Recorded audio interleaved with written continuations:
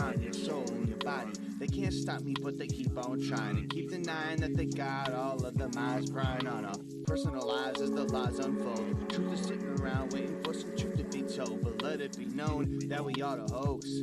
Questioning things of that'll take you out of your comfort zone. I'm not saying I know there's no tone, but it kinda feels like going right back to the globe. While the shepherds fight to fleece the flock, the doomsayers debate about their doomsday clock. Some say we're in a cult of believers, but how we in a cult when we're nothing but leaders? Think and let think, man, you know that's the credo. We keeping that in mind everywhere that we go.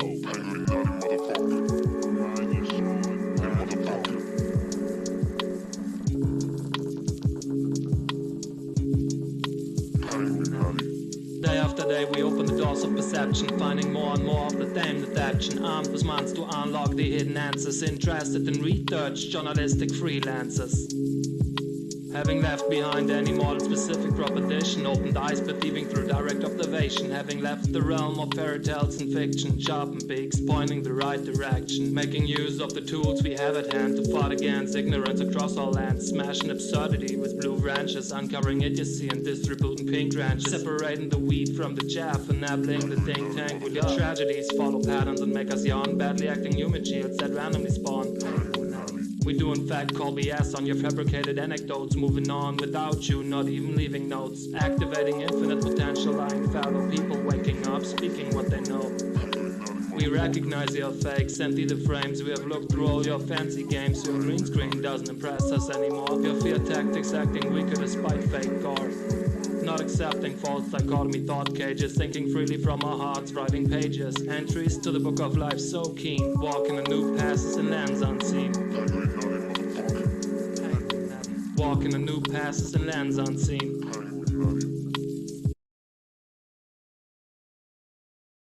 Ready, real.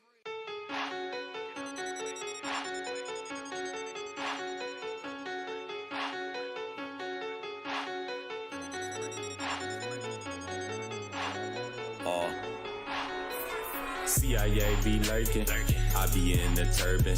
Little ones stay cursing, older ones out twerking. Talking about lack of education, streets are always dangerous. Bluetooth speakers playing, do you really hear what they saying? Do you know what that mean? Are you down for the team? They speak through signs and symbols, you can learn about these things. Live by 9/11, club of 27. Once you think that they in heaven, nah bruh, it's a legend. It's all according to the code. I'm Illuminati with my mind, body, and my soul. That's why they snatching bodies, everybody in a Holly Grove. Deception is a hobby, switching roles with the auto clone. We call that an auto hoax. Man, what you trying to prove? Don't you know we've been around the globe and been to the moon? Get it, that's an auto hoax. You tripping, times two. What about the shootings that they always cover on the news? Real, that's an auto hoax. They don't move, we will make the way. Let it spray, right reality like an AKA. Let them know we don't play. They live like life's a party, but it's really like a breakaway. Meditate, focus your attention on your better days. You know what I'm talking about. Don't let these slimy narcissists, antichrist out there turn you out. Freedom of speech is actuality. That's why the truth must spread by word of mouth, word of mouth. It's all according to the code. Damn Illuminati with my mind, body, and my soul. That's why they snatching bodies, everybody in a Holly Grove. Deception is a hobby, switching roles with the auto clone. Let me turn on my auto hoax. Not even a proven fact. The floor curves into a spinning ball, and you can test for that. Globe is an auto hoax. Man, you must be trolling me. Scientific theories aren't what they are shown to be. Yup, that's an auto hoax. So what you're saying is you don't accept the claim that's missing proof, then you label it. Exactly, it's an auto hoax. Wow, sports is scripted by the number code. What do I really don't? Let me turn on my auto hoax. Squad.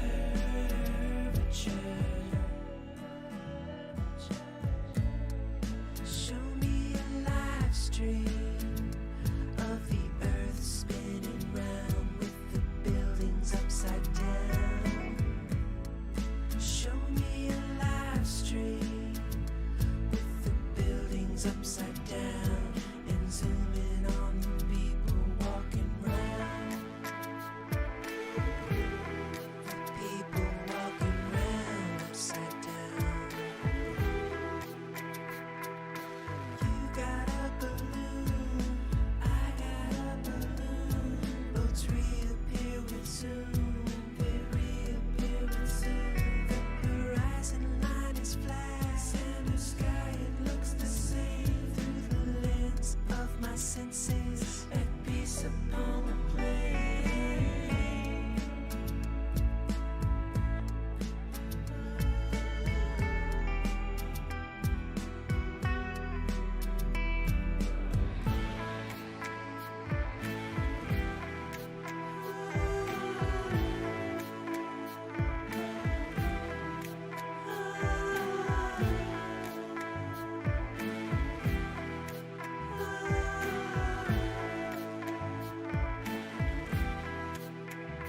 Pace around, Earth is the place. The moon makes light so cool at night. The luminaries, they all rotate around you. From the point of truth,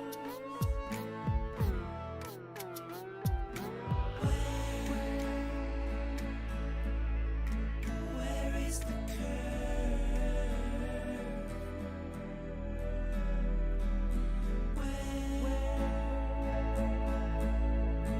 Where is the curvature?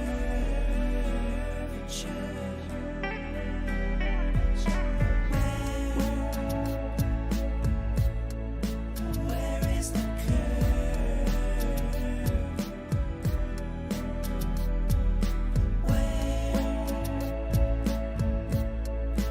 Where is the curvature?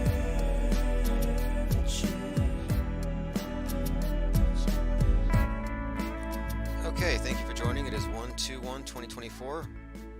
That is Chief Crow and the Flat Earthworms. Where is the curve? And we know the answer. The curve is in your mind. It's in the mind of the believers. Not all of them are perverts. A lot of them are just duped. The perverts are the ones who know that they're bending reality, bending the news, bending the horizon. We're joined by Trey Forrester, Northern Girl, JT, Rocco Calzone, Lando Rock, Thirst, Reverse History, Matt X, Frank Murr, Auto Hoaxer, Spirit Jordak. You may notice that we have another YouTube channel up. I went through my sock drawer last night. I mean, we had like a 4-hour live stream yesterday, which I haven't edited yet. And there was a lot of anti-pokey talk, which makes you get censored. And we're so close to 1,000 subs that I thought, let me go ahead and bring out a backup channel. And I found that I have a channel with some 700 subs on it, and many more. But just going through my sock drawer, so we'll see a lot of people here who probably think that the tank was blown up months ago. Like whenever one of these channels gets taken down, people think that we're dead. They got them. They got to them. But no, not the case. We are undeterred, not stopping. We have every incentive to just set controls for the heart of the world stage. All right, we've been talking about red pill alarmism. This is a very important topic because what we are doing here is we are deliberately antagonizing the controlled opposition, and many of them who are under the spell don't know they're under a spell. Think about your blue pill normie friends who have no idea that their blissful dream is a farce. They have no clue, but they'll defend it. They will sacrifice you to defend it. That's how people are with their belief systems. And what I'm positing is that truthers, red pillars, menthol laced red pill, just mainstream red pill, mainstream media acceptable friendly counter narratives like Tucker Carlson, TCN, any of these groups, any of these influencers that push the so-called quote red pill are actually duping the free thinkers into thinking that if you know the mainstream's lying, line up behind these guys. So my question here is trutherism worse than mainstream media? A trutherism, and we all know what this is. It's the people who have been awakened to the fact that the news lies, and now they run around regurgitating anything that goes counter mainstream. It's the opposite of woke, and it's not pretty. And let me explain what I mean here, because it goes beyond mere political manipulation, but they encourage and promulgate fear-based ignorance and superstition, but they also lack, if you really look into it, they lack any real cohesive attempt to find any big picture hidden truths. They shy away from anything indicating fakery. Why hasn't there been a separate body to alternative media that includes in their assessment the reality of psyops? It's not conspiracy theory, it's psychological operation fact. And the competition between mainstream and trutherism is an endless info war of narrative versus counter narrative, anti versus pro. And this is the trap. The trap is thinking that you win the info war by throwing info at the info. That's not how it works. It's a perpetual war situation they've set up. It's not meant to be solved. And so to escape the trutherism trap, you cannot free your mind until you liberate it from the built-in presuppositions of the MSM and MSM Plus frameworks concerning world view. In other words, if your internalized concept of the world matches the mainstream one or the alternative one, you're not actually a skeptic. You're a believer and reinforcer and promulgator of a belief system. So to make it clearer, I think trutherism can be described as a belief system. Same thing with mainstream media, because you can't verify everything they tell you. A lot of it's hearsay, see-say, beliefs you've just accepted because they've been accepted, settled journalism, kind of like the climate scientists with their settled science. And what we pro-offer here at Infinite Plane Radio is a skeptical methodology that's more of an operating system than a belief system. And we see belief systems competing all the time. A lot of them die off, some swallow others, but sometimes they mutate. And what I'm suggesting is that truther, I call it ism, because it's basically a religion now. It's become a religion. It's the Protestant to the mainstream religion. If you can look at MSM as the world state church, mainstream media writ large, this is the dominant worldview shaping influence, then the protesters to that I would call the truthers, who know that the mainstream are liars. But just because you're calling out the liars doesn't mean you are standing in truth, especially when the people who wrote the scripts for the liars also write the scripts for the truthers. We aren't following scripts. We've broken away from our Truman programming. All right, a few others have rolled in here. Linda Curtis. Northern Girl says, my blue-pilled friends are happy. Red pill, not so much. Yes, and we'll talk about red pill alarmism and why they're not happy. And how, it's just so, it must be so difficult to be screaming at someone, I want to save you from what you're doing, and what you're doing you think saves you, and you hate me for trying to stop you from saving yourself. In other words, they're trying to save people who don't want to be saved, who actually ridicule them for trying. It's very similar to heavily indoctrinated religious people trying to preach to people on the street. They get laughed at. Like they're not going to convert anybody. And every time they fail to convert, it reinforces that, yep, it's us against the world. We're fighting the system. We are the resistance. Everyone else is asleep. It reinforces their sense that they're carriers of truth because they're being ignored or persecuted.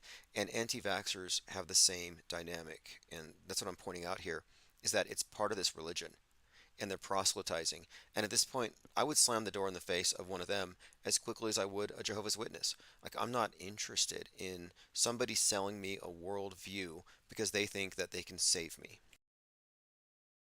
Now, in my opinion, trutherism is worse than the lying MSM. Because now they're mindlessly throwing fantasy into alternative discourse. So you have the mainstream discourse, and then the people questioning it. But now the people questioning it are drawing from a contaminated pool of information, and it's worse than the mainstream. Let me give you one quick example here. This just came up today, and this is from a very, very popular channel. The name is Doc Holiday, Doc spelled with a Q, so he's hitting the Q pipe, drinking the Kool-Aid. And what he said, and this is just, let me go back to my Twitter account for this. You can follow me at IPS Inciter. Now again, this is coming from a truther. And I think this is worth noting because these are people who are influencers, who are making I guess, ad revenue off a lot of what they're posting. But what I'm bringing up here is that what they're posting has nothing to do with any legitimate attempt at discerning reality. So Doc Holliday says, what do you think about the Joe Biden is Lee Harvey Oswald theory? It's interesting when you consider that Biden tried to kidnap JFK Jr. multiple times. So I've said for some time that QAnon has delved into a bit of fan fiction. And there's a lot of it. And fan fiction is a form of like community created content about various celebrities. Like you can find all kinds of erotic fan fiction about the characters of Star Trek, for example. I mean, there's so many iterations. But the QAnoners have erotomania, as in they think that Trump loves them and they love Trump and that he's reading their thoughts and sending them signals. It's totally an example of it's pathological. It's erotomania, but on a mass scale. But asking if Joe Biden is Lee Harvey Oswald as a legitimate question constitutes trutherism in 2024. And I don't want to be on the same side as these self-brainwashed morons. I don't see the wisdom in becoming, quote, the resistance, when anybody who's part of this resistance belongs in a mental asylum. That's how bad this is. So it's like, well, they're waking up. At least they know something. At least they're asking questions. Like, no. No. We need to raise our standards. And red pillars don't have any standards. They've been imbibing the same breadcrumbs and recycling Q drops for 7 years. It's time to give up on that. And we'll talk about the alarmism as well and why that's wrong, but let's continue. The engagement bait driven trutherism of today puts competition for attention ahead of any genuine attempts at discerning the truthfulness of their own claims. In other words, quantity overcomes quality. A lot of them don't even spend 5 seconds to research their claim that, hey, look, this air show with pyrotechnics could easily be discerned as an air show with pyrotechnics. But they're like, hey, look, this could be construed as a UFO if I play dumb. So they'll post a picture of a plane with pyrotechnics at an air show, and they'll say, have they finally arrived? Is it time? Q said this would happen. And all these people are retweeting it. I knew the aliens would come. You see Bible verses being thrown out there. They go into just full-blown truther mode, hitting their Q pipes, getting their hope scrolling on. We have a lot of doom scrolling, but there's hope scrolling too. It becomes an echo chamber effect. And then after they're all high, they pass out and move along like nothing happened because they got their hit. But the next day, it turns out, yeah, a lot of people figured this out. It wasn't a UFO. It was an airplane. Do they care? Do they backtrack? Do they say, hey, I'm sorry to all my subscribers, my 5 million subscribers. Sorry I misled you with a little bit of false hope. No, there's no apology. Why? Because this is their business model. Their business model is this hopium dopium, and the people who are addicted to it just want that hit. They're not trying to find the truth. They're trying to get high. And they never stop to consider they might be playing into the hands of the controllers. They're too arrogant. And the alt media employs mainstream media tactics, clickbait, sensationalism, lies, fear, shame-based manipulation. They're playing the same game as the opposition. There's no attempts to expose the big conspiracy, which is, and we talk about it all the time, total mind control via mass media psychological warfare. We've exposed it. We are on it. We know what's going on. But instead what we see, instead of these big picture questions being addressed, we see endless competition over who's right over little individual truths. This is typical for truthers. They miss the forest for the trees. The truth of the monolithic, ubiquitous mind control operation can't be seen from the mainstream or the alternative frame of reference. It will literally require the paradigm shift of the off-world stage view. And all of you here, for the most part, I'm assuming, if you're here, you've taken that step back from the screen and all of its presuppositions. You have the ability to entertain ideas that you may not agree with without accepting them. In other words, you have a mental immune system. The general public has mind aids. That's what they actually have. It is a pandemic. Mind aids is a pandemic, and it's being engineered by the government, and they're infecting people in the schools. And what I mean by this is their mind has no immune system, so it cannot determine the veracity of any claim unless it defers to the screen. And this is why the people who are dependent on the screen for their worldview are threatened by those of us, because we can cause them to question things. And when I say us, I mean anybody going counter mainstream. I'm not including necessarily red pillars, because they ceased fighting the infrastructure of deception and became part of it. That's why they're out there on X and on Twitter just selling the counter narratives. And they're all, it is that bad. Now, what I'm pointing out here too is the purpose of what we do, because the IPS think tank is a revolt against the tidal wave of bullshit meant to overwhelm our internal worlds. And we are aggregating thinkers who aren't submersed in the lies. That's why we call this thing a raft. You know, a group of penguins out on the ocean. We are a group of free thinkers, skeptics, who are above the sea of irrelevance. We remain afloat. But there are a lot of us out there who aren't totally submerged in this, and I think we just need to aggregate enough, get enough of them on the same network, that it becomes a self-aware demographic. This is a true divergence, and this means that we have to separate from trutherism. Trutherism is a deception to entrap well-intentioned seekers. And when they get a seeker into their midst, they become believers. Because, oh, I'm looking for the truth. Oh, here's the truth. It's that which you can't verify. It's this claim, which is unfalsifiable. And it's this, which is rumor and conjecture. So they take you from being a seeker and turn you into a believer. Mainstream mediated minds are all believers. Truman, in The Truman Show, was a believer. He didn't become a seeker until he broke from his programming. So in other words, trutherism is a religion of believers. They're not seeking a cohesive, coherent view of the world stage as such. And it's toxic. Their worldview is toxic. The truthers think the sky is ugly and they think it's poisonous. They believe a lot of things that they have no evidence for in a very superstitious way. It's a very toxic worldview, as is the mainstream one. I mean, the blue pill worldview is toxic, but they're rendered apathetic to the toxicity of it. They just accept it, even though it's fake. The solution is to stop taking one of their sides and to take your own side. The mind war is against the individual. The only winning move, therefore, is to step off the stage. So anyway, that's the case I'm making for trutherism being worse than mainstream brainwashing. Now, getting to the red pill alarmism, just a few points I want to get to here.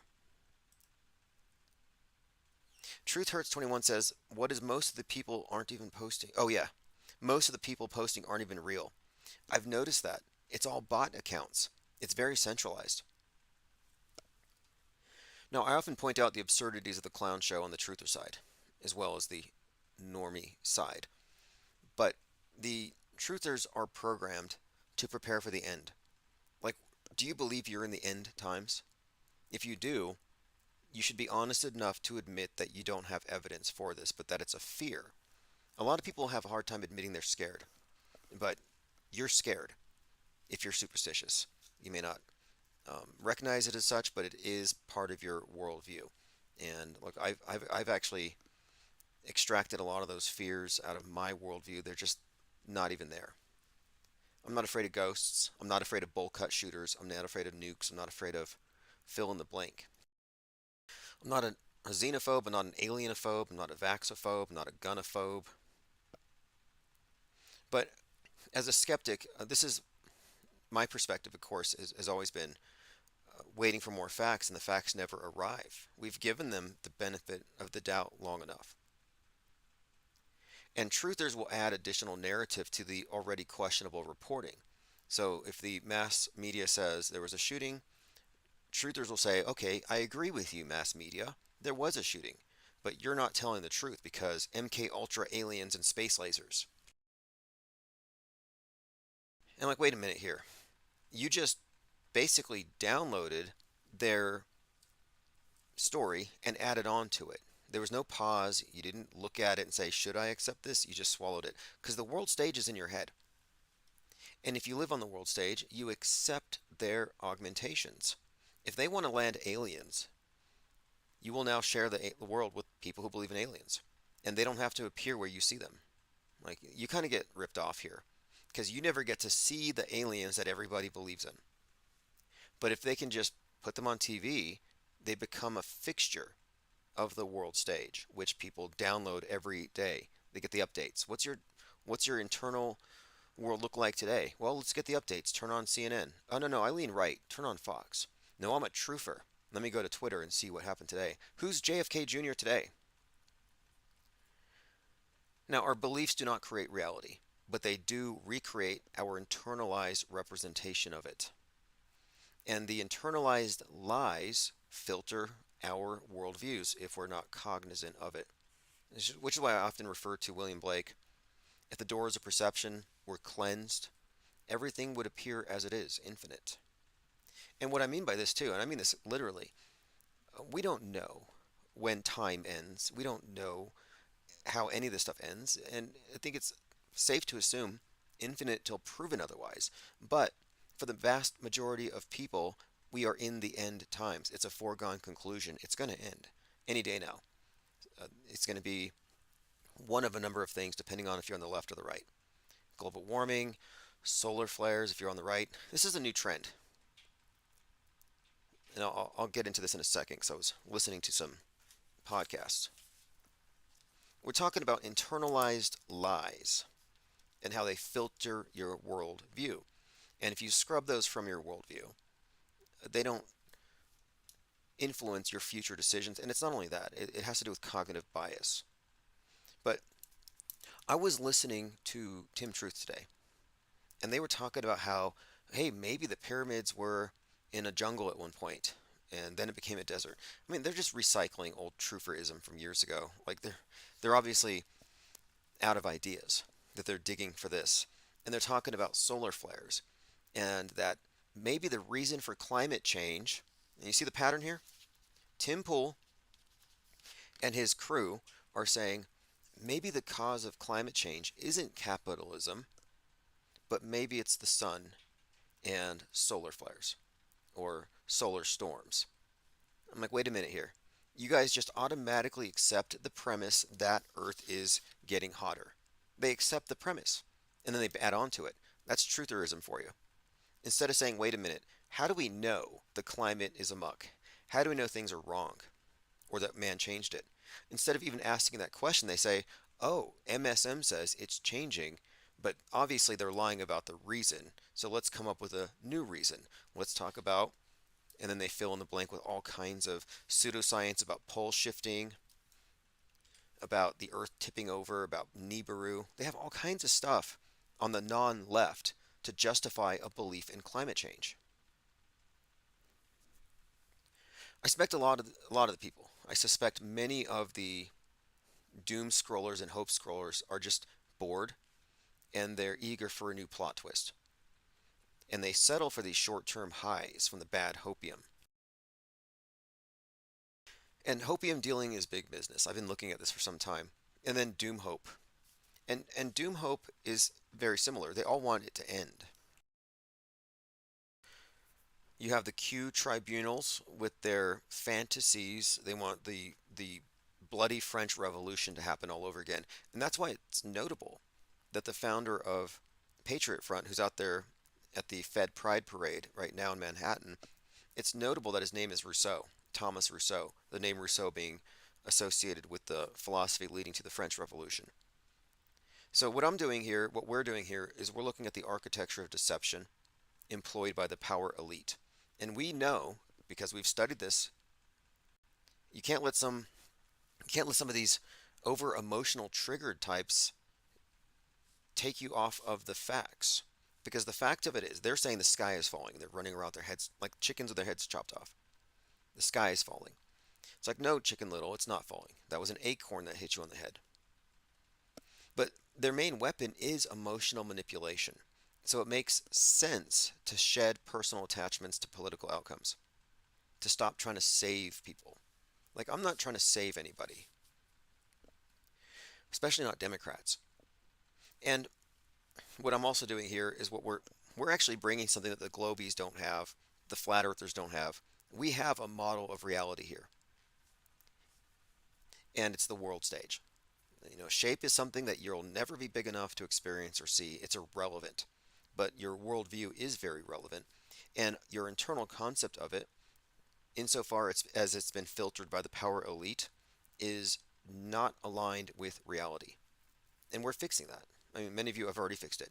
If you've achieved cognitive harmony, if you don't experience cognitive dissonance, if you can recognize the lies, not believe them, you're inoculated.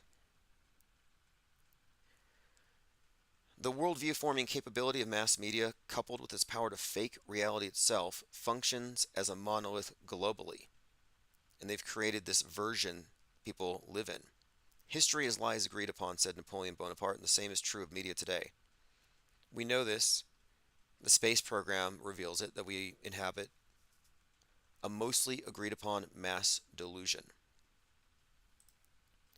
What's up, Rome? Yeah, we got an old channel back. Went through my sock drawer. I called it. I said, hey, look, you're going to see people who haven't been here in a long time, who thought we were shut down, or who've been missing a little bit, will be coming back. Rocco Calzone says, you're scared, bro. Yep. Troopers are scared. Trooperism is coming from a place of fear. And fear, I think in Dune they say fear is the mind killer.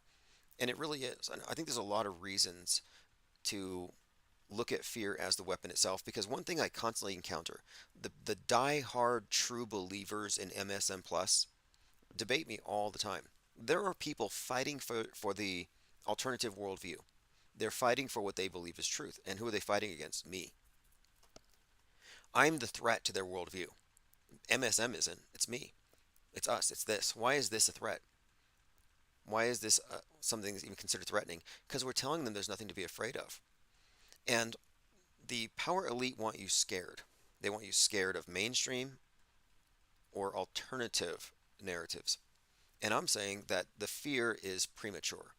And stepping outside of that allows you to engage in a more, clinical, a more clear-headed discussion about what's happening. Truthers are doing the dirty work of the mainstream media, heaping fear upon fear, adding to the edifice of lies, pushing fake doomsday scenarios. They are propaganda mules, and they're creating the perception that we need a savior. Somebody needs to save us from Bill Gates. Somebody needs to save us from the WEF. Somebody needs to save us from. And you're like, well, maybe these are valid fears. Klaus Schwab looks scary in his Darth Vader costume. Yeah, sure. He looks like Darth Vader when he takes his helmet off, just in that weird garb. But only half the population, or less than half the population, fears what truthers fear. Truthers exist in a bubble, and they see the sky is falling, but nobody believes them, and they think these people must be sleeping. And we go, what's more likely? That everyone's asleep and they're dupes, or that you've been agitated about something that doesn't exist? And that's what I'm saying. Trutherism is worse than the mainstream. It's a more agitated version. And I've already come to this conclusion. I've noted how distasteful, I'm just talking about the presentation of a lot of trutherism is to people who aren't part of it, because it mixes in a lot of stuff that people find questionable or revolting. But I think that mainstream media is slick on purpose. It's like churches, like very wealthy pastors, or these churches that are doing, like mega churches. Like, they're very slick. And the churches on the mall, maybe not so slick. But I'm noticing something here with the trutherism as a, more or less as a religion. And that just kind of reminds me of like these strip mall churches. And they're no closer to the truth, but they are it makes it really easy to look like, oh, we're the underdogs, by calling out the big dogs. But they're both built on the same edifice of lies. And that's kind of been one of my points here.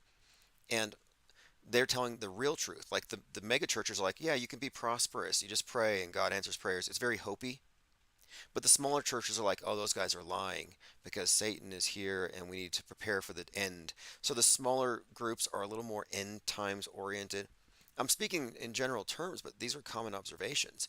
You don't see people from mega churches going out into the street with signs saying the end is near.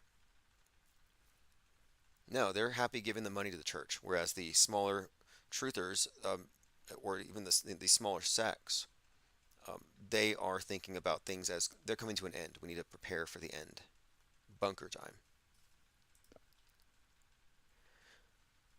Now they're doing the dirty work of the MSM because they're adding fear. That's all they spread. It's like Jehovah's Witness. If you're a Jehovah's Witness, I'm just using that as an example where a proselytized religion. Maybe you're not asking for it, and maybe you're happy. And then someone comes to your door and says, wait a minute, you seem happy. You don't know the truth. And if you only knew, everything you would change, and you would be with us, and you would be praying for salvation.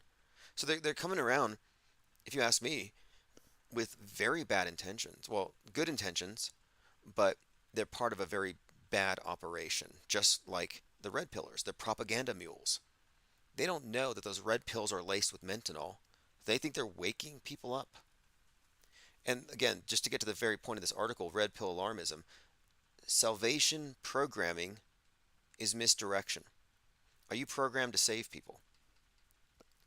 And if you are, that's fine. If you want to save people, I understand. But if you think you can save people by becoming a conspiracy theorist, you're strongly deluded. It is a religion. And it's a religion in a literal sense, insofar as the mainstream media is a religion. Why wouldn't the alt be the alt? Like I said, the alt religion. So you've got mainstream media equals the world state church. You have the alternative media, which is like the Protestant version. They still believe in the big lies, like we're on a ball, rockets go to space, dinosaurs used to exist. They still have the same general views. They just have different opinions about whether we go more traditional values or progressive values. Alarmists have no control over their emotions. So another thing too, you'll note, like many of these influencers are enraged. Like Alex Jones is, notoriously mad a lot of the time, or about to lose his crap because of the New World Order, mad at George Soros, and oftentimes there's displays of him crying. A lot of crying, a lot of weeping, emotional incontinence. And why are they emotionally incontinent? Because they saw something on the screen, and they're mind controlled, and they believe what they see without any sort of filtering away the rumor, conjecture, or say and hearsay from the verifiable facts. But if you are losing control over your emotions, then you don't control your mind. Then you don't control your mind, is my point. And then who does?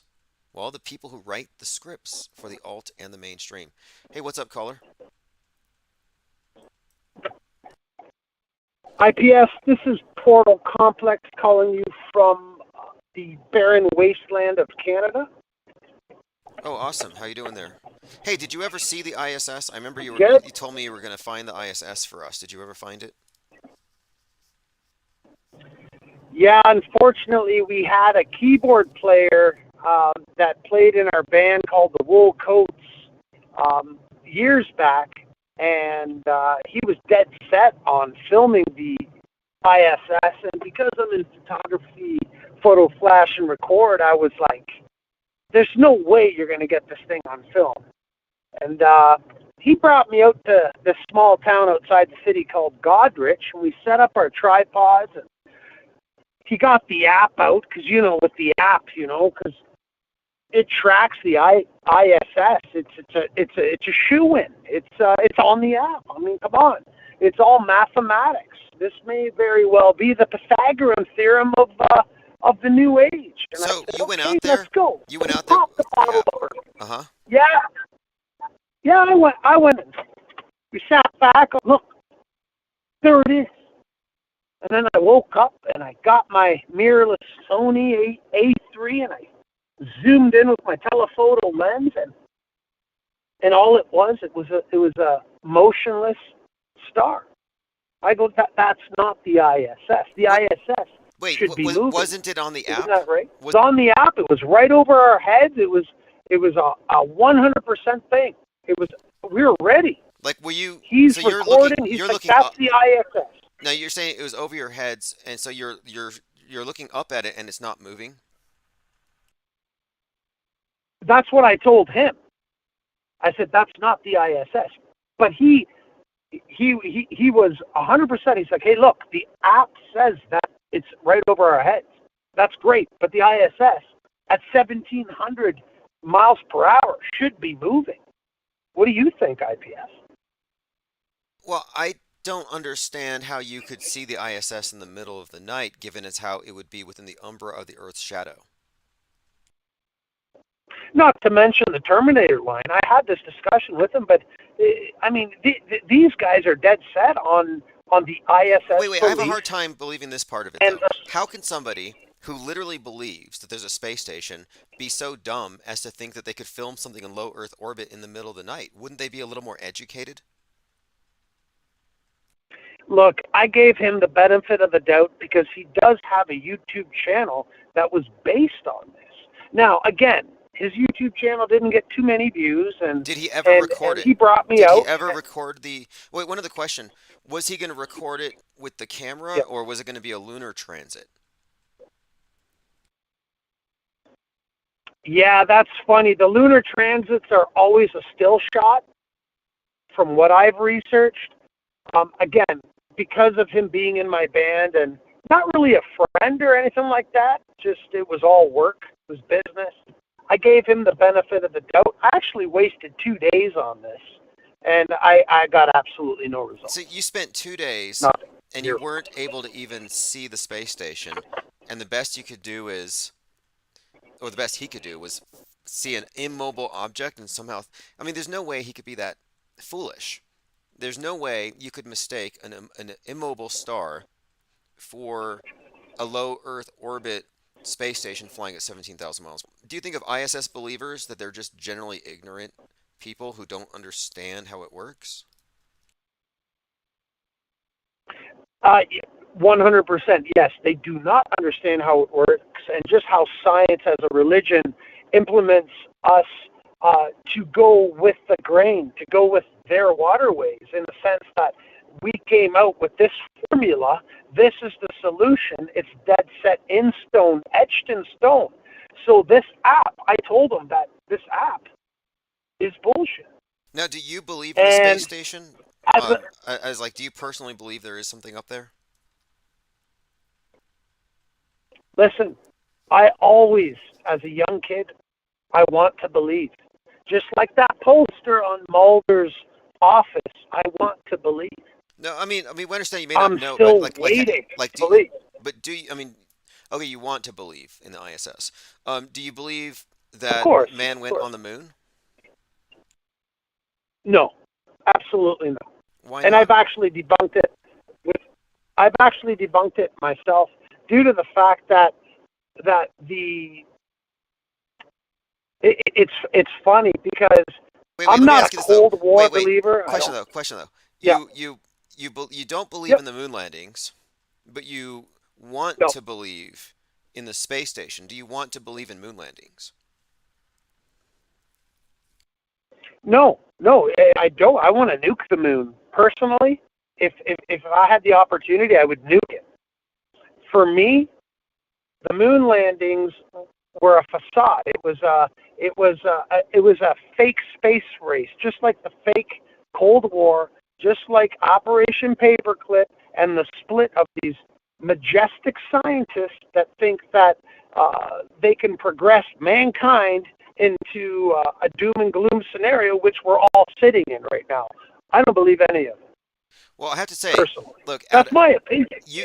I know I've talked to a lot of, like, I guess, believers in the ball, believers in NASA, believers in the space station, and a lot of them just throw bad evidence at you. Like, there's one person who literally took a video of an airplane and said, "Oh, I think this is the space station."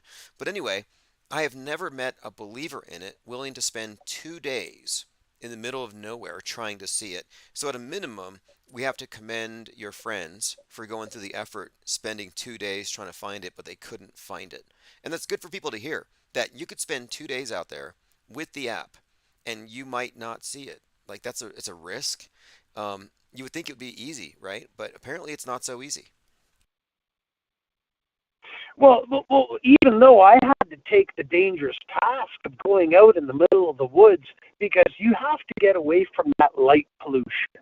I understand astrophotography. I do this. I'm able to pinpoint a Polaris and watch the squirrel once I initiate the time lapse sequence. I've learned this in school. I have a degree. I know about this. But again, I gave him the benefit of the doubt. Once we came up with nothing, the only thing he could offer me was a free dinner at the Wild Dog. I got a burger, a wild boar burger and some fries, and he bought me some drinks, and he apologized. Okay, wait. Apologized. Now, from the space station, I get that, but now what about satellites? Do you still believe in satellites? Now, are you asking me, IPS, directly if I believe in satellites? Yeah, like the space stations, I think it's a hard sell because the video they show us is obviously fake. But satellites, we don't really have any kind of footage of them, so it's mainly just people seeing things on the ground. But what's your take on satellites? My take on satellites is this. After extensive research, again, I must remind you, and you do know that I am a press pass holder. I am an IPR reporter on the ground for Southwestern Ontario, so I'm up here in Canada. So I have full range. My jurisdiction runs right up to fakeologist, and then fakeologist takes on from there, even though I'm not sure if he's got his pass yet. But I have been in the Yukon. I have explored the north. I did a little oil drilling, so I was able to bring my cameras out there. I got the Aurora Borealis on film, majestic images from the sky, and at the same time, I cannot film a satellite. So I traced back to technology. Now, the first satellites that were shot out into space must have been in the late 70s, maybe 80s. If anything, the batteries would not last. They would deplete. And let's not talk about the temperatures in the exosphere, the thermosphere. I mean, this is ridiculous. Well, not to mention there's not one factory that showed us the atmosphere gets thinner as you go up. The temperature doesn't mean the same thing necessarily. Yep. Those are just some bad flat Earth arguments. Like they'll say, "Oh, we couldn't go to the moon because the Van Allen radiation belt." Well, do you even believe that we're?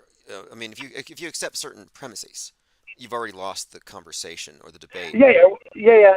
No. There's no debate here. I'm just telling you that I know how batteries work under cold weather. I'm from Canada. Man, I'm driving down the road. There's like 6 Teslas broken down. They don't work.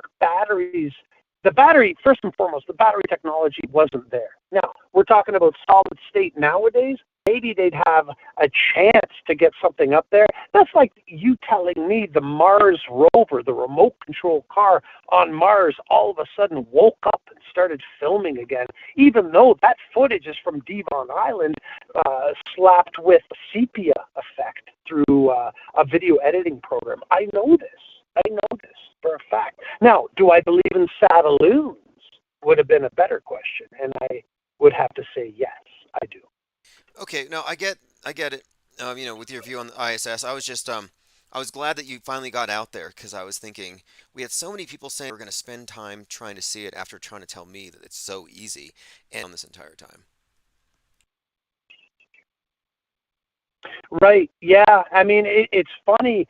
During 2016, when I came on board during the NASA chat raids, this is the first time I've called in, by the way, and I just had to call in because the topic of the International Space Station is fantastic. I mean, I do want to believe. I mean, it'd be great if we had something up there that was actually articulating and gyrating and flying at 1,700 miles per hour. Sorry, God forbid. Someone here asked a question. They said, "Does the caller believe in nukes?" Because you said you wanted to nuke the moon.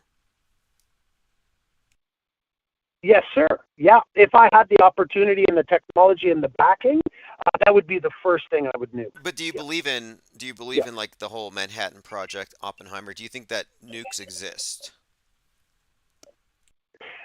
No, and I can debunk this with categorizes phrases as this, as going back to the first apparent nukes that were dropped on Nagasaki and Hiroshima.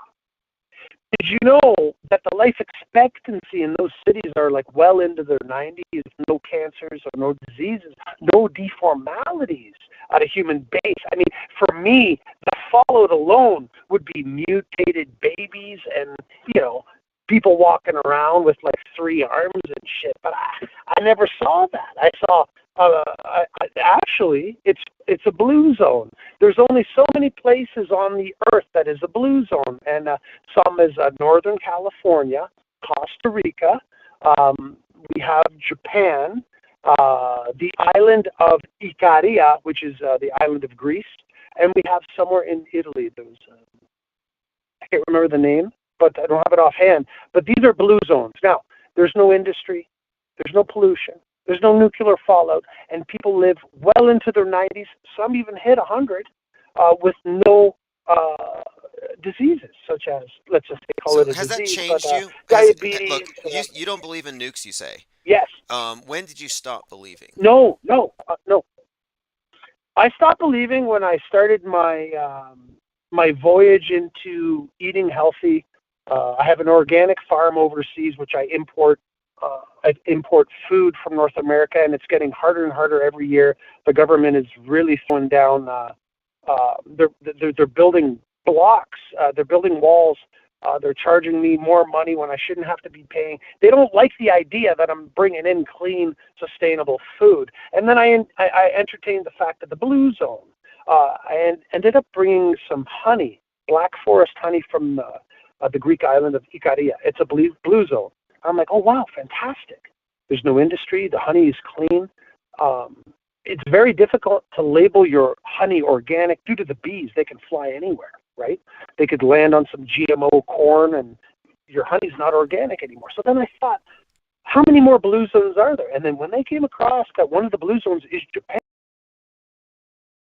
nukes, then I said, there's no way, because the apparent size of those nukes, the fallout, would have devastated those cities, not to mention the country for years, you stopped decades. believing. Now has that changed your worldview? For example, you don't believe in this weapon of mass destruction, yet I'm assuming everybody around you does. Like, has that changed how you see the Yes. news? Like, have you lost any sense of urgency?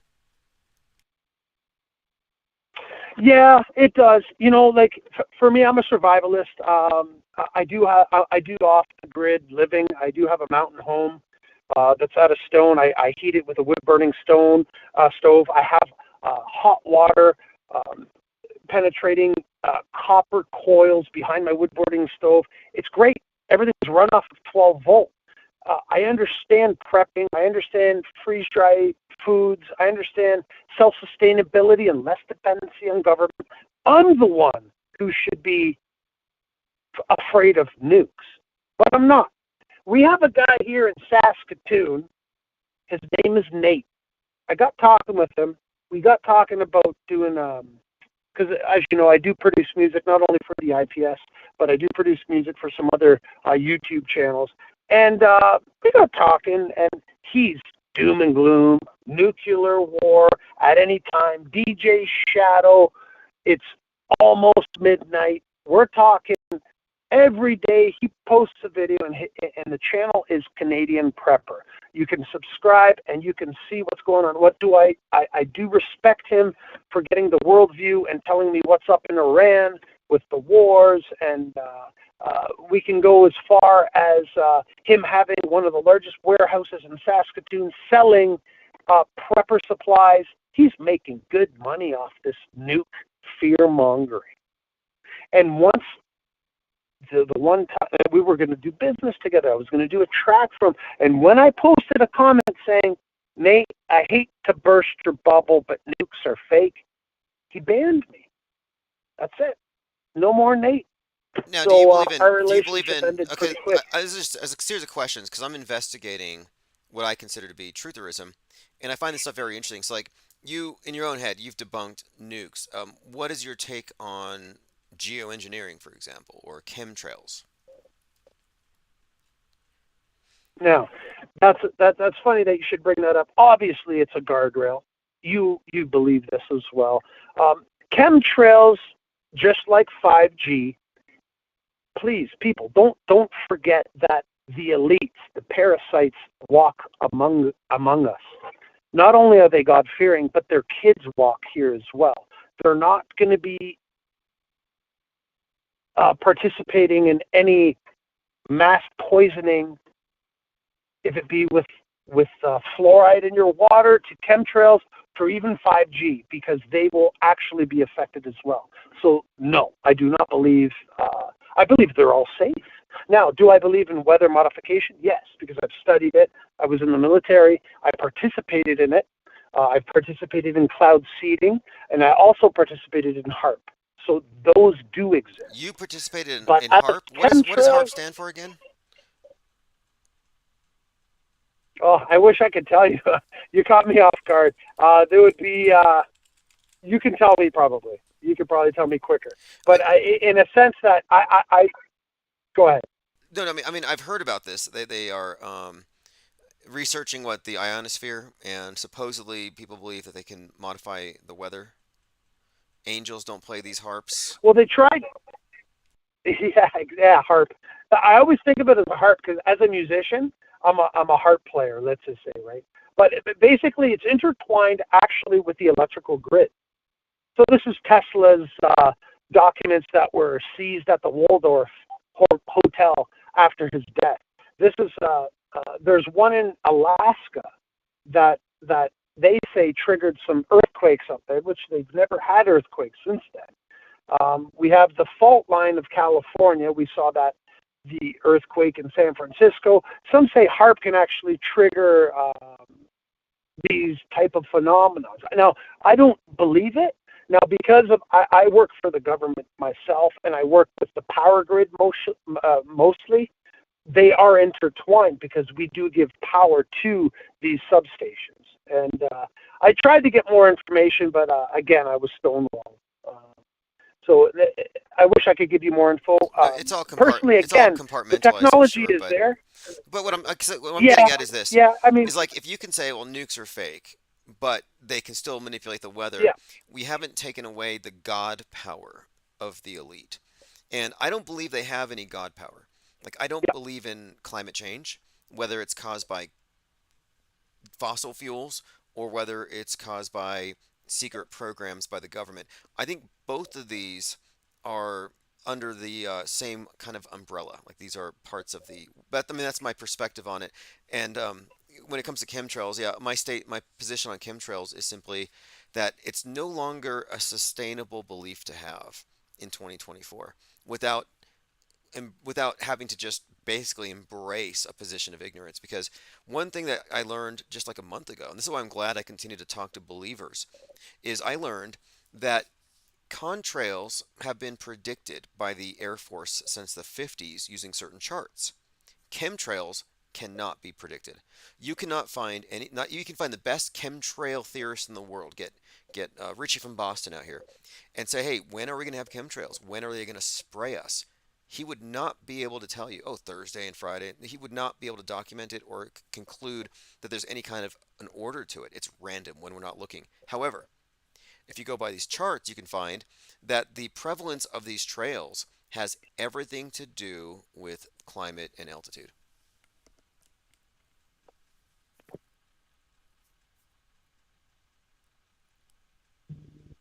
So in other words, like if something's predictable, it's real. If something's not predictable, it's probably not real. Yeah, I would have to agree. But here's something else to consider too. There's big money in these are old disinformation. school. Yeah, like old school cliches or Yeah, old sorry, school. I'm Yeah, receiving what I a call call and it's knocking me offline here. Just old one school second. truth or orthodoxies. And right now, my objective is to go on this platform and confront Tron one after another. And none of them like it, but we are making a difference. I think we are actually networking and building a Yep. group of people who aren't brainwashed, who don't feel like they need to cling to the controlled opposition, knee-jerk, reactionary agitprop.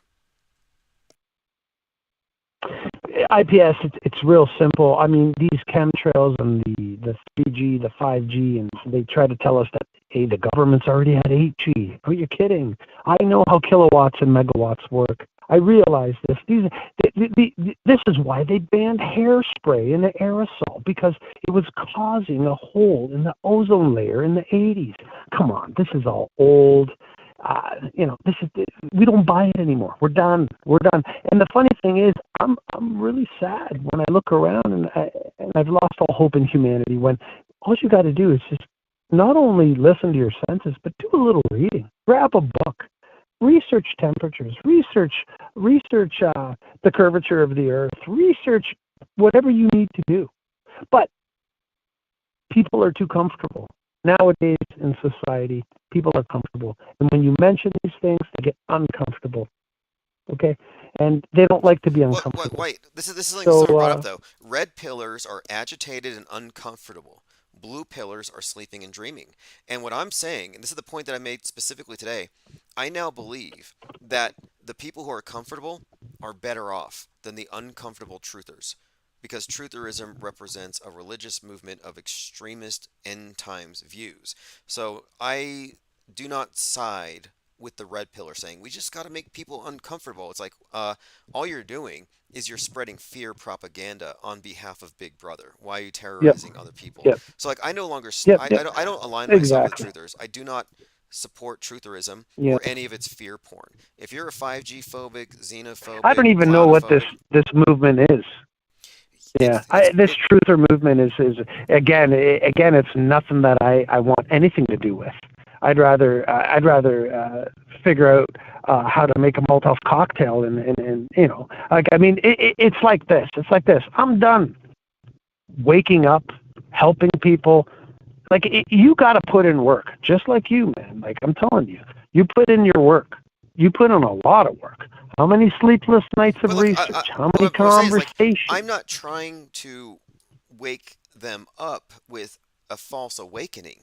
The red pill brings them into a deeper level of mind control. And I'm not a mind controller, and there are a lot of people out there who don't know that they're actually serving the enemy. I mean, I pointed out Jehovah's Witnesses or any religion where they're proselytizing people to join a cult. Those are called useful idiots, stooges. And red pillars. Scientology.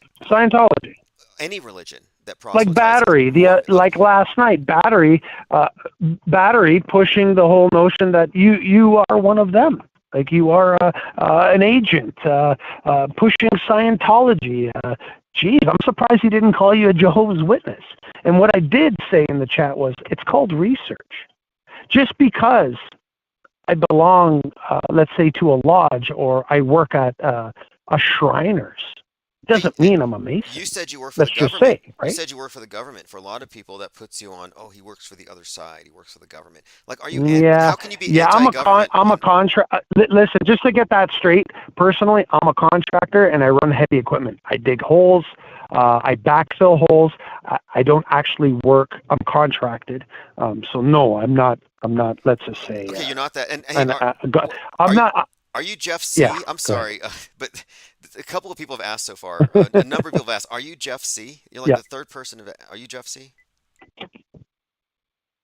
Do you know who that is? Okay, Jeff C supposedly died, and now they're saying Jeff C is alive. Apparently you sound like him. Oh yeah, fantastic. Yeah, like I do many voices. I mean, I'm an avid caller.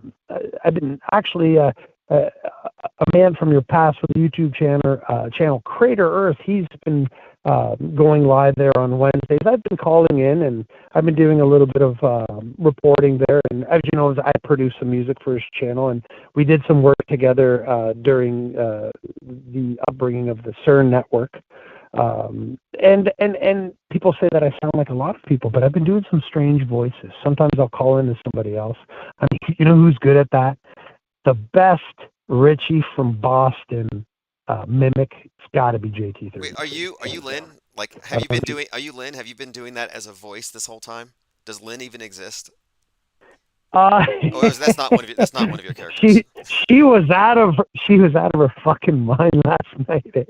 Wow, she gets angry. She's really triggered. Wow, I don't know what you did, but she was ready to go off. You know what? If I knew Lynn and I could call her and take her out for a couple drinks, a couple martinis, some stiff ones, I bet you I'd settle her down a Well, bit. she's a fighter. She's a fighter. I'd like to know more about that. She's a fighter. She like literally. fighter? No, like literally. Oh, a fighter. You can find videos of her Okay. beating people up on the mats. Like, so she's a fighter, and Wow. and she's Wow. you could say maybe a little pugnacious, but we're just talking about some of the most triggering Yeah. topics of all time in the most extremely um, against the grain ways. And so when you defend your views, Yeah. it's hard not to be involved and to be passionate about it. And I think it's helpful for a lot of people to hear both sides. I mean, for me, I want to tell you something. Sometimes I wake up and I wish I didn't know what I know, and it'd be a lot easier because I could focus more It would on, be easier my work. if you and woke up and you said, I wish I didn't know that all those dead kids weren't really dead. I mean, do you really want to go back to the world where all the bad stuff is real? Yeah, that's a problem. That's a problem. But now the only problem is if you're not strong enough to understand and unplug yourself from the matrix, a lot of people have psychological issues, chemical imbalances. They go to drugs or they go to alcohol. I'm not saying I'm perfect myself. I do have my demons, but at the same time, it's like that tribe, that island in the Pacific, that they didn't know what religion was until let's just say Captain Cook pulled up with his vessel and they gave him furs and weapons and they taught him, they gave him the Bible. Are they sinners automatically now? But before they didn't know what religion was. It's the same kind of thing with truthers. I mean, I think just like this whole identity crisis, and I think it's psychological. I think it's a mental illness. Personally, I think right now we're in trouble because the people that are actually leading or steering the ship have no fucking clue what they're doing. Right, but So- but from the off-world stage perspective, it's like looking at a football Yes. game. Am I really worried that these guys are fighting these guys over a ball? Do I really want to get involved and try to mitigate this? And maybe you guys shouldn't fight. Maybe we should just have peace. Like in other words, it's a game. They choose to involve themselves. It's a Roman circus again. Nobody's Even if you're watching it, nobody's suffering in Yes. any real ways in the sense that it's being described. Show me the real bowl cut shooters. Yes. Show me the real school shootings. Show me the real terror attacks. Show me anything that's not just a bunch of Where are they crisis at? actors. And so taking away all this stuff, even 10-7, I think it's 100% fraud, hoax, faked. So if you take away that and the threat of World War III, yeah, 10-7 IPS. I've been doing recently extensive research. I've been doing a little documentary. I've worked with an artist, Nemesis from Toronto. Okay. Yeah, I've been doing a documentary on that. I know how technology works. The IDF, well funded by the USA, a cockroach couldn't approach that border wall without being detected. This was a 9/11 2.0 stand down NORAD style. Obviously. And again, quickly to touch on the tyrannical government of Israel throwing money and inventing Hamas. They had everything planned. They knew that this was their time, especially with all that gas and oil they found. The timing of it, just yeah, the outside timing there of it. in There's the- a lot in of the things, coast. that you could say were indicators that something was going to happen, predictive programming wise. But I'd like to point out that predictive programming never tells us what's going to happen for real. It tells us what they're going to fake. And when we say, oh, they stood down, they let it happen, no, that's false flag theory. It's fallacious. All we can say is, according to the script, you have two narratives: surprise attack, and they stood down. Narrative, counter narrative, and both are false. The truth of it is, the story was written to be interpreted however you choose, depending on your political predilection. So if you lean right or centrist, Yeah. you're going to think they stood down and let it happen. Mhm. If you lean left, you're going to think it was Mhm. a justified attack.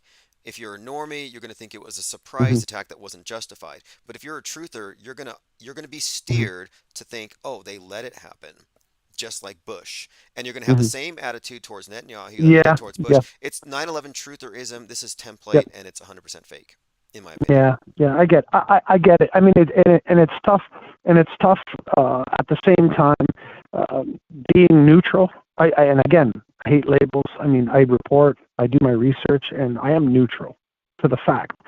But what is going on there? Just like our friend trying to get to the story, he made it to Cyprus, and he wasn't even able to get over to Gaza. We really don't know what's going on over there. Yeah, they're showing us blown up buildings. Actually, a lot of footage is from different apparently times. we're having a lot And, of issues with Skype. A lot of people it's not coming through. That's so strange. We've been having a lot of Skype issues today. I don't think it's you, but I think it might be Skype. Okay, hold on. Let me, because I just got the home base here. It's probably my Wi-Fi. Let me get closer to my router here. That's probably it. Yeah. So at the same time, we all know that the news betters have established the news decades in advance. This was already written. So was 9/11. Now, as for the school shootings and stuff, I think that was taken up due to the fact that, yeah, maybe they are going for the guns, but I mean, in actuality, if you got guns, you got them all over the place and hidden. Good look at them. Okay, wait. Let me bring this up. The narrative of they're going for the guns is something that was invented after Waco, and that's the turning point out of Turner Diaries. Nobody's going to take the guns. That's never going to happen. Nobody's ever going to. That's a threat. Like, nobody's ever going to take away abortion. The PSYOP works like this because it's bifurcated. What if I were to tell you that... It works like this, though. It's really quick. It's bifurcated, right wing, left wing, male, female. Yeah. We're going to take your guns. We're going to take your wombs. We're going to regulate your gun, your womb, male, female. This is all somehow... It's about security. What could make I get it. But IPS and history... It's a symbolic history says, though, IPS, like, for me, it's like they're not even going to come and take nothing. We, the people, will give our guns gladly. This is how they convince us to show up at those tables in Chicago, Illinois, for $200, no questions asked. Here, just give us your guns. We'll give you a gift certificate for Chick-fil-A or whatever. This is how they do it. There is no... like I said before in past conversations, there is no white van watching your house. They've never made a move. Somehow trigger you to go out and... It's a patriot myth, is what I'm saying. The very idea. Like, yeah. No, I get it. I get it. Yeah. There is this notion, sown mostly by, I think, Alex Jones, where patriots think that if every patriot holds an AR-15, we are an effective firewall against tyranny globally. But if we lose our guns, everybody's going to be George Soros' slave. It's this story they've been repeating for decades, and it's totally fake. And it scares the right wing and makes them think, oh, if we don't hang onto our guns, the government's going to take over. It's like, wait a minute, the government not only took over. And one more question: does it matter if they take your guns if they've already taken your mind? No, it doesn't matter because I got a slingshot. You're going to come take my slingshot? This is the whole thing. I mean, okay, fine. There's other means. There's other means. There's other ways of doing this. You know, it's funny. I'm actually working on another documentary called Blade Runners. Have you heard of this group? I'm sorry, you broke up again. What is it called? Oh, sorry. Have you heard of the Blade Runners? The Blade Runners? No, I haven't. Have you heard of these guys?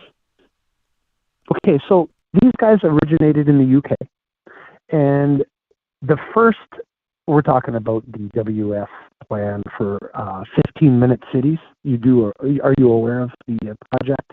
Where eventually they want to take your car away. They want to make sure your dentist, your doctor, and your work is 15 minutes away. Ride your bike with square wheels to get to where you got to go, and mandatory cell phones because we need to track you and your carbon footprint, and God forbid you mix the paper and the plastic because Gaia's going to get you. So this organization from the UK called the Blade Runners popped up here in my city. Wow, fantastic. Now, I've done some research on the Blade Runners, and the Blade Runners are basically your well-dressed black masked group that will head out in the dead of night and take down face recognition cameras, speed cameras. They take down the infrastructure established by them. So it's call them, like kind of for these like black 15 hat, cities. like hackers in a way. Yeah, they're hackers, but they're well versed in tools, grinders, drills, hacksaws. So they could shut down. They're electricians. Okay. So you're talking about like a underground group that can shut down. They can shut down. Yes, exactly. They can shut down. Now, again, I researched them. Obviously, I'm not a part of them or anything like that. Again, I'm a neutral. I'm a reporter myself. So I did get to sit down and have a coffee with one, and he told me, we get on a ham radio and we have discussions on how to do this. They use ham. And everything is done. Ham radio to discuss. Yeah, they use how to they get on property or with code. Okay. With code. They have different channels. About 3 years ago, the military released a bunch of channels, and some get to be scrambled and some not. Anyways, that's a different. He was telling me that we have ways of conversing. The best way is obviously in person, but because the initiation process is different, because it's really hard to find people that would be interested. That basically know what's coming. There's the people that don't give a shit, the comfortable people, and then there's the not too comfortable people that know what's happening and they want to make a difference. And now, I don't think it's right to destroy government property. I think that's But what exactly is happening? At the same time, what is the problem with the traffic monitoring cameras, for example? Like in your view, is that an encouragement? Okay, so traffic. Yeah, it's a pain in the ass because I pass by 2 cameras, and the set speed here in Canada, we have kilometers, so it'll be 40 kilometers. I get it. It's a school zone, this and that. But if I'm going 46, you're dinged with an $80 ticket. Now, I was dinged, personally, I was dinged 3 tickets in one day. And I mean, I was just going about my business, my commercial business, and I was thinking, there's more and more traffic cameras. You can get this app that actually identifies them, that will give you a heads up when there is a speed camera or a red light camera. But it's way beyond that. We're talking about these. The German company Philips has instituted these black lights. Remember back in the early 90s, you'd hit up a rave or you'd go to this discotheque or club, and it'd be that black light that would anything white would look cool and like really bright. These are popping up on the street. Now, I don't know if they're popping up in the States, but they're popping up in strategic intersections here. Now, some of these 5G fanatics are saying that it triggers emotion. 5G triggers emotion. If I drive on, the lights trigger emotions. No. The light.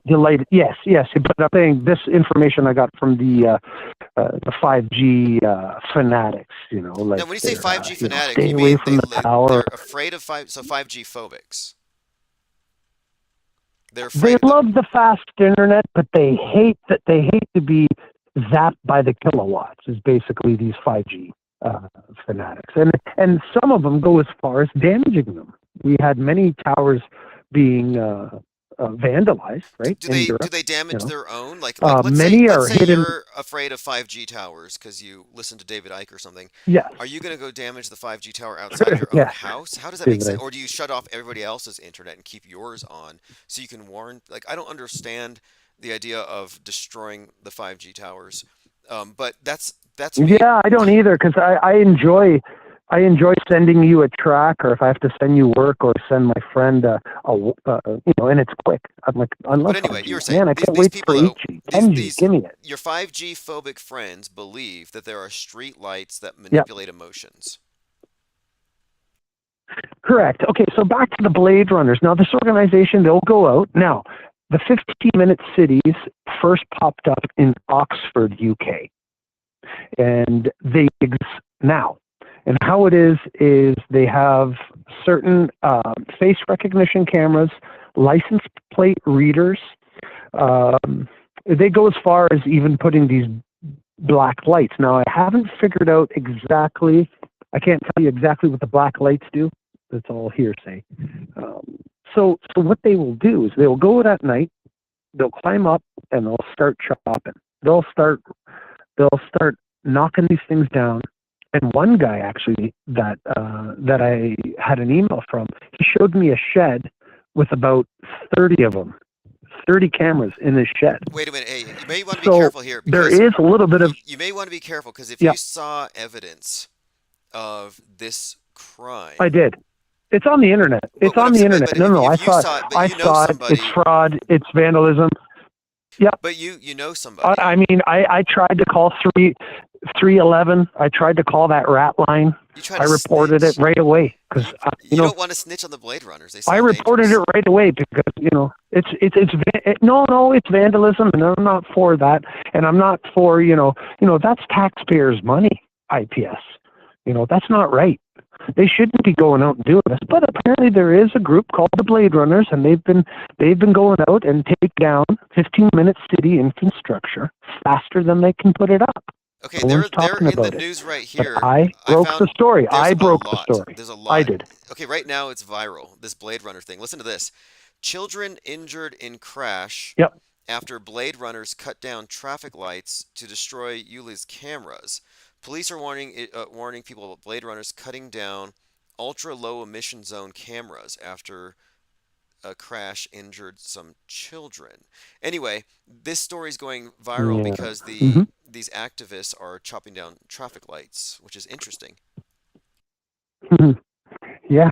The funny thing is, what they'll do is they'll try to make them out as hardened criminals, murderers, school shooters, obviously the news benders will take these guys and try to run them through the mill. We know that. And it's funny that you even brought that up. I mean, if they're going viral already, how come it didn't go viral when they actually took down these cameras, which actually saves people money? It says here, vigilante Blade Runners disabled... Let them travel freely. They've disabled 1,000 license plate reading cameras designed to cut air pollution. Yes, that's right. Yeah, I mean, again, they're slipping in the climate bullshit. I mean, it has nothing to do with that. It has everything to do with freedom of travel, privacy, first and foremost, right? So, I mean, but hey, because these guys did that, a bunch of kids died, and they caused a climate crisis. Come on. And I know that, again, I'm not for vandalism or anarchy. I'm just a reporter. I'm just reporting on it. I broke these guys months ago. I just, again, my timeline's messed up. I've been doing a lot of other work and projects. I've been making some music here, and I've gotten busy. But once that documentary on the Blade Runners come out, people are going to realize that, hey, man, these guys are heroes. Are you? You know what I'm saying? Are you working? These guys all are wearing Guy Fawkes masks. Someone in chat here says they're heroes. Are you working on this documentary? I'm gathering information, and if I can present it to you, even if you'd be interested to tap onto it later on, I wouldn't mind exposing it. Yeah, I got some really good footage. I actually went out with the Blade Runners here locally, and I filmed from across the street. I didn't want to be involved 100%, but you could see them in action. Man, they're quick. You should see it. That's great. They climb that pole like they're monkeys. They chop it, they put it in their knapsack, come down, done. Finished. It takes a while, especially with COVID, to get hardware shipped in and reestablished on the grid. So the truth of the matter is, what we're trying to say is they're taking having more Or, connection issues. yeah, A number of people here are just it's like you're talking through a fan. It's not your fault. I think maybe your friend yeah, damaged your yeah. 5G tower. Did your 5G phobic I friend come think, over? well, yeah, he came over and there was a tower in the neighborhood. It's not Yeah, there anymore. I just it's thought they cut breaking it out, up. but I think he cut it out. Yeah, it's breaking up. I think your friend might have gone after your tower. Anyway, if you want to call back or try again, it might be better. Anyway, we appreciate your call very much. We're losing a few people on this though. But anyway, thanks for calling. Infinite Plane Sunday 1/21/2024 Portal Complex. Yeah, we really just lost that call. I don't know if it's my connection or his. I'm thinking his friend must have killed his 5G tower. Um, I'll go through the audio on the replay and I'll see if I can fix it. But yeah, the Blade Runners are making headlines right now. It looks like an interesting group. I mean, honestly, based on what I've heard, they're being described as vigilantes. The news media is going to hate them, obviously. They lead with this: children injured in crash after Blade Runners destroy cameras. Moment ULEC Blade Runner chops down hated law enforcement cameras. I mean, you can look at it in different ways. See, it's like a victimless crime in the sense that you're cutting something off, but now they can say they're killing children, injuring children. I mean, come on.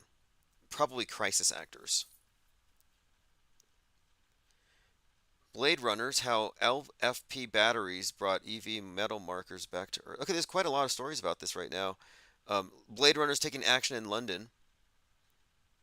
Finding drivers in the name of climate change.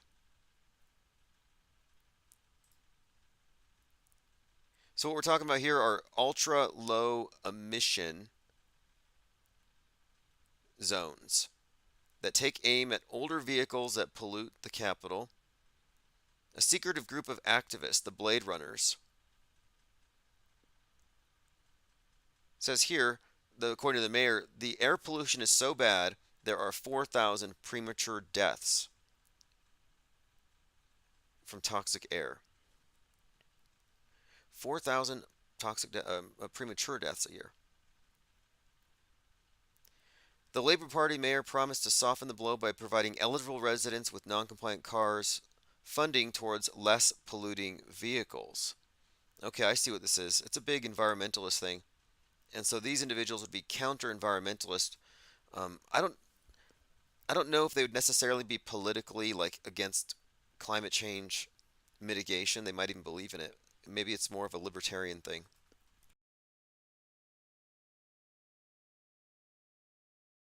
Ready or Not says, hopefully talking to him doesn't affect your channel. We didn't talk about the V. And there's no reason to, unless you think you're trying to save somebody's life or trying to win it or you want to debate it. And for the most part, I treat these as debates. You know, if you want to debate your fear, call me and tell me what you're scared about, and then fight for your fear. Defend it. Do your best. Do your best to maintain your belief in this thing that you should be scared of, and that I should be scared of, but I'm not afraid of. And my lack of fear threatens the fearful. That's something that's always struck me, is how the people who aren't afraid are somehow a threat to the people that are afraid. And that's because their belief in salvation. And this is with whether it's religious salvation, every salvation program has this notion that everybody has to be saved or nobody's saved. Everybody has to believe, or it's somehow invalid. It's got to be ubiquitous. So the individual is a threat to the group, whether the group is one small group of a dozen people or a million people. I mean, think about it. You know, we are a very small group, and compared to the mass, we're extremely tiny, but there's a disproportionate amount of censorship targeting us. And throughout this year, look, I'm going to be more upfront about challenging mainstream media acceptable counter narratives as such. And we need to call out the propaganda mules for what they are. Useful idiots, useful stooges, people with good intentions but unwitting liars can't be given a pass moving into the future here. And there needs to be facts attendant, every bold claim. I no longer accept claims of, I saw the ISS. Like, I'm sorry, you didn't see it. Prove it. I'm just going to straight up say you didn't see it because it doesn't exist. You are claiming that, but what's your claim based on? And let's go from there. But we've been doing this for years, and so far not one person claiming to be an ISS witness has produced any evidence. This has been years. Like, I'm so confident in the inability of any believer to produce anything resembling evidence that I'm willing to put money on the line. Like, here's $500 for the first person to prove that there's an ISS floating up there in the sky. And what's more, what I should probably add on to this is I would like to fine the people $50. 10% fine if you give me bad evidence. Nicotrama says, how come we can't go to callers? You can't watch their language. I'm not a church lady, but dang, why the need on a public call? Yeah, that's a valid point there. I think some people have an issue with people who do use a lot of what you would call profanity. And I look for non-vulgar expressions to replace common expressions all the time. And there isn't necessarily a need for it. And I think it is also important, I guess, to keep in mind, who's listening. And are you going to turn away listeners or not? And bad quality calls, I shouldn't even keep them on very long. But I also need to get more organized. Like, for example, if we're taking calls, it should be on a specific topic. We used to do this. When we'd have more than 100 people listening, 200, 300, 400, it'd be topic oriented. And it's a lot more productive because then we're not rehashing truth or ism orthodoxies or cliches or fighting over stale propaganda that we never believed in, but rather we're expanding our search. We're seeking. Like, I would ask, are you a seeker or a believer? Simple question. If you watch the news, you're a believer. If you listen to alt news, you're a believer. If you go outside of both, you are a seeker. And being a seeker doesn't just mean pouring through alternative news, trying to find which ones you trust. It means looking at it with a new perspective, such as this reintroduction of skepticism, the methodology of breaking down the media, treated as an operating system to counter these various belief systems. We've gone outside of the purview of truthers in this. But I don't tend to correct people or criticize their language because I just assume, these are just regional dialects. Some things are acceptable in some places, some things aren't. But what I do insist upon is that our words have meaning, and we insist on those meanings, and we don't let people get by with logical fallacies or squirreling in a premise that hasn't been established. But the main topic today, I would say, is this. Trutherism is worse than mainstream media. And the alarmism that goes along with it, the red pill alarmism, needs to be called out. Anybody who's trying to sell you on fear, slam the door in their face. In fact, I should just do that from now on. If you're coming here to tell me the world's going to end, I'm going to slam the door in your face. I don't want to be rude because I'd like to understand why people believe things are ending. Like, oh, we're facing a genocide. Oh, really? Okay. Well, come back when you have some evidence. Maybe that's what I ought to do. Like, we got to stop accepting extraordinary claims. My volume is half that of the Collins. Okay, I'll have to fix that. I noticed the volume thing looked like it was off the charts, and it seemed like it was cutting in and out. We may not be able to salvage this particular call.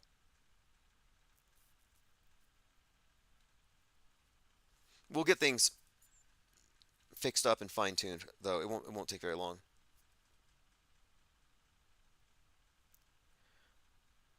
All right, let's see what else. Now, the alarmism. This is what I was getting at, the alarmism. So somebody calls in and they say, like I had someone say, you never talk about race realism, and it's one of these internet Nazis. And in his view, he's there scared, probably in his basement, that his kind isn't replicating enough and there's going to be some kind of race apocalypse, which you wouldn't even experience as a collective. You're just one person. But he's coming at this from a position of fear. And, so I took the time to understand the basis of his fear, where he got it from, who told him to be afraid. And so I like to understand it. Like the 5G phobics. The caller was describing his friend who's terrified of 5G towers and that they damage 5G towers out of fear. Imagine being so afraid of a toaster that you take a baseball bat to it and you smash it because that toaster somehow represents some kind of a threat. Like, yeah, it's absurd. But there are people afraid of microwaves, 5G towers, airplanes, cirrus clouds. And I'm a huge critic now. I've become a critic of fear. You know, I used to listen to these scared sheep and like, oh, they're so afraid, they're so scared, we need to protect them, right? We need to coddle them. Tell them it's going to be okay. The bad guys will be defeated. Alex Jones and the Q shaman will get a spear and they'll go poke it into the heart of George Soros. Like, we're going to have a happy ending, trust me. Like, I don't think we need to infantilize truthers any more than they've already been infantilized. Nor do we need to continue to think that they have the moral or intellectual high ground, because they've lost both. The moral high ground goes to the skeptic, not the truther. The truther pushing the counter narrative pushes a more agitated, angry version. They increase the intensity of the Psywar. All right, moving on here. Trutherism is worse than mainstream media. And okay, now escaping it. It is a trap. It's a trap.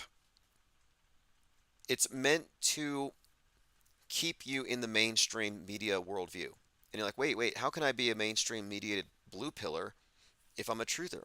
Well, trutherism is built on the mainstream framework. It's built on top of it. You're on a dung heap, and then you're building on top of that. That's your foundation. If you're a truther dispensing red pills, you are standing on top of an edifice of lies, just like the mainstream is an edifice of lies. And I think the reason why I'm focusing on this, and I have been lately, is I'm actually writing an ebook about trutherism, and I am its biggest critic, because I think it's literally worse, because it was put here to destroy the cognition of any free thinker. It was put here to steer free thinkers into the political horseshoe and turn them into MAGAs, turn them into hopium addicts, which is pretty sad. By the way, Autohoaxology 101 is now available as a download. If you're a Patreon member at $5 a month, you actually got that in your inbox a little while ago. If you're on the IPS newsletter, you also got a link, and you can download the PDF as well. A random news story here posted by Copacetic. A CEO of IPS arrested in Albuquerque, New Mexico. Interesting coincidence. The CEO of IPS was arrested outside of an Albuquerque restaurant behind bars after being accused of threatening somebody with a gun. Well, that's interesting. IPS, CEO, Albuquerque. It's almost like they're trying to twin me in media. And we've observed this many times. This is an actual strategy. You're doing something, they don't want you getting a lot of attention when somebody says your name. Somebody with millions of followers mentions you, it sends a lot of traffic your way. So what do in advance? Is they, for search purposes, and this was posted by Irrational Exuberance, hey Tim, they're twinning you for searches. So now if you search IPS Albuquerque, you're going to get, oh, this crazy guy arrested for waving a gun around.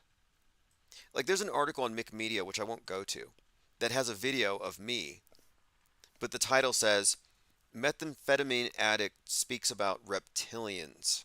Some garbage like that. And the article wasn't about me, but the video of me was in that article. From that article, it says, IPS, keep away. It's like they're sending me a message. Salty says, it's obvious to me the truthers were gatekeepers all along. I don't know how people don't see it. Intellectual dishonesty to remain a part of the herd. Yeah, no doubt. And we fall for it because it's the default. Like, in other words, you are recognizing the lies, and so you want to look deeper. And you find, oh, these guys over here are telling you, hey, don't believe them, believe me. And if you're simple, you're going to say, okay, truthers, truth, media, liars, black, white, left, right. The world stage is very simple. The truth, though, is outside of their bifurcated psywar. You know, when we observed twinning first was when Mad Mike Hughes was spearheading the IPS Research Flat Earth meme agenda. We were mainstreaming the meme itself. And as soon as he announced on our live stream, he said, I'm going to do a documentary. I got this team. It's going to be on Amazon. It's going to be called Rocket Man. And it's all about Mad Mike's mission to prove the flat Earth. As soon as he announced his documentary called Rocket Man, Elton John announces a documentary for the same year, same platforms, Amazon and everything, called Rocket Man. We had other examples as well. There was a scene from the movie, from the thumbnail, where you see Mad Mike in his rocket from the cockpit view, and he's in his helmet there, and he's wearing a blue uniform. Suddenly, there's a drift racer out of nowhere. He's called Mad Mike, who starts grabbing all kinds of headlines, and the thumbnail looks just like Mad Mike's thumbnail. So there's this visual and then textual twinning where they're able to steal traffic. I think that's what they're actually doing. It's covering. 737 says that sucks. I really wanted to hear of the IPS arrest. Yeah, what actually happened is the CEO of IPS, and I see them everywhere in town, they all look like they work for me. I see these IPS trucks, and the CEO was at a Popeye's Chicken, and he pulled a gun on somebody. So it got into some drama there. Accused, alleged.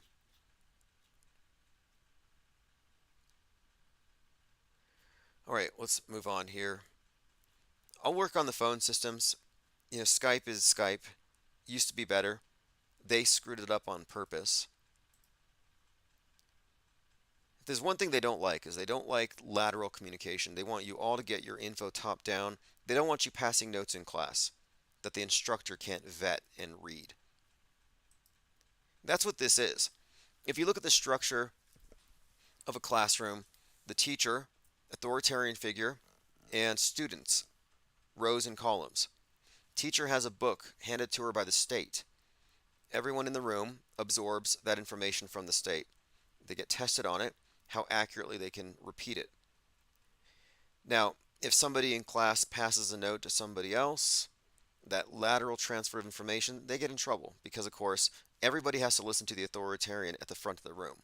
You're not supposed to share information with one another. This is how they maintain information control, and this is how talk radio works. This is how every gate-kept platform works. Top down. So what we have done is we have taken this think tank, this chat room, and this is basically you passing notes. But the notes are not only read to somebody you pass them to, but they're actually posted for everybody to see, specifically me at the front of the room. So what this does is it levels the playing field. So it's no longer a dynamic of authoritarian with the state info disseminating it downward, but rather it's a group of people who are more or less throwing our puzzle pieces into the center of the room, and we're all working on it concurrently.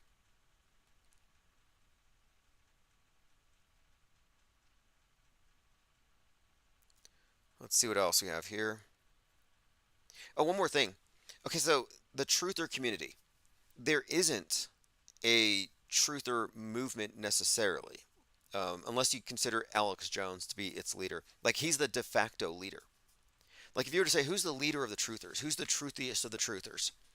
You're pretty much pointing at Jones. Some would say Ike if you're a little more new agey. But Ike is basically the new agey version of Alex Jones. Alex Jones pushes more traditional moral values, Christianity. Ike is for the new agers. QAnon Shaman is kind of taking up the new age slack as well. Very common thing, though, for people to like look at those two or the biggest names, the biggest platforms, and those are the truthiest. Elon Musk, I guess, is the truther of the day, the biggest truther. But there isn't like a movement where you can say, I am this and this is what I believe. It's just a bunch of cliches and orthodoxies. Like if you're a truther, you can probably check the following boxes. You believe in chemtrails, although if we needle you about it, you'll divert to geoengineering. You believe some people died. You believe in false flags. Auto hoaxers go too far and they're trying to discredit truthers. Like there's all kinds of cliches that I can immediately ascribe to someone if they identify with the counter narrative. It's the opposite of reality. It's just as diluted as the mainstream. But my point in calling this out is that since it has never been codified, it's never been organized, well, why not do it now? And what we're doing here is we are organizing an alternate body, an alternate media, a parallel media, separate from not just the mainstream, because it's too easy to say I'm anti-mainstream, look at me, I'm counter. No, we're actually separate from the alternative. And the alt people aren't going to want this to happen any more than the mainstream are. Mainstream doesn't acknowledge it. They're not our main adversary. The firewall that prevents people from seeing through the totality of the hoaxery is the red pill community, the propaganda mules, the liars. The unwitting liars, the witting liars, the dupes, the useful idiots and stooges, they have the firewall in their minds. And they are blocking a large segment of the population from seeing how things work. And they're steering them all into the consensus trance via the political horseshoe, which steers you back into the mainstream, redirects your attention. And I intend to break that. And I don't have any problem with red pill propaganda mules wanting to debate me. Like, you want to debate me and convince me to be afraid of my toaster? Go for it. Because I am in the business here of reverse doing here. We're deprogramming. So I'm confronting the fears head on. And I'm understanding how you got there. And when I say deprogramming, I'm talking about cult deprogramming. If you're familiar at all with controlling relationships, abusive relationships, groupthink, cults, brainwashing, every single aspect to group dynamics, brainwashing that you would see in a small cult can be applied to mediation. We are all Truman. We are all in a Truman Show. Unless you opt out. And again, the red pillars didn't opt out of the Truman Show. This is a key point here. They're still Truman, but they're listening to some alternative sources that have them convinced, yeah, you're right, everybody's lying to you. But they don't give them the full picture. They don't say everything's fake. They say, yeah, the Truman Show's real, but they're hiding a lot of stuff. Billy Shear says we're at different levels IPS. Yeah, we are. But that doesn't mean we need to say, hey, we should not separate from the people who haven't figured it out because they haven't figured it out. No, I'm saying if you're a straggler, a laggard, not paying attention, you can't be a part of this after a certain point. We have to have that line, and nobody's willing to do it. They think it's mean. It's not mean, trust me. The red pillars hate the truth. They hate the truthers. They debate against it. They cling to their fear. They're indoctrinated. They're mind controlled. That's just a fact. They're programmed. Now, if you're a programmed red pillar and you're saying, hey, maybe you shouldn't completely break away from us, I'm going to say, why? Why are you afraid of me leaving? Sounds like a religious cult where there's nobody more threatening to your cult than the apostate. Look, we're red pill apostates. It's not enough to be a mainstream apostate. It's not enough to leave the mainstream media cult. You got to leave the alternative cults too. Because, again, the same monolithic metascript writers who bend our news write the alt. So we don't need to feel sorry for or hold the hands of the people who haven't figured it out. Instead, we need to point them out as what they are. And this, this is, and it's not about being judgy. Like, for example, certain Southern Baptists say that, oh, these people are damned, and we were granted salvation before we were born, and we're just supposed to call them out. We're just supposed to witness their sin, even though they're going to hell. That is a judgmental thing, and I'm not here to judge them in that sense, but I am here to accurately describe their belief systems, and more importantly, to make the distinction between a belief system and an operating system. What do you have? If you're not a skeptic or a critical thinker with regard to media, you have a belief system, not an operating system. And this is a paradigm shift. It is different. It is a divergence. We are breaking away, and we are not trying to build bridges. This is the time that we burn bridges. This is heading, and I don't want to be too specific about what my plans are, what the plans are, because the enemy gets ahead of us. They always do. They listen, and I know they listen. If I say anything, it's because I know they're listening. I assume it. Listening to us. It's safe to assume the ISS movie took into account the critics of the ISS when they made their special effects. But the people who are true believers are like people in religions. And I'm not here to go into a church and say, hey, you guys, you're probably mind controlled and you don't know what you're actually following. Like, no, I'm not going for them. They have opted out of individual cognition and perception when it comes to their higher questions, religion. That's fine. Outsource your spirituality to McDonald's if you want to. It's none of my business. I mean, that's what Christianity is. It's the McDonald's of religion. It's easy. Just reach for the easy explanation so I don't have to think. It's really fast. It's all there. It's routine. It's comfortable. And the mainstream media religion is the same thing. It's no better.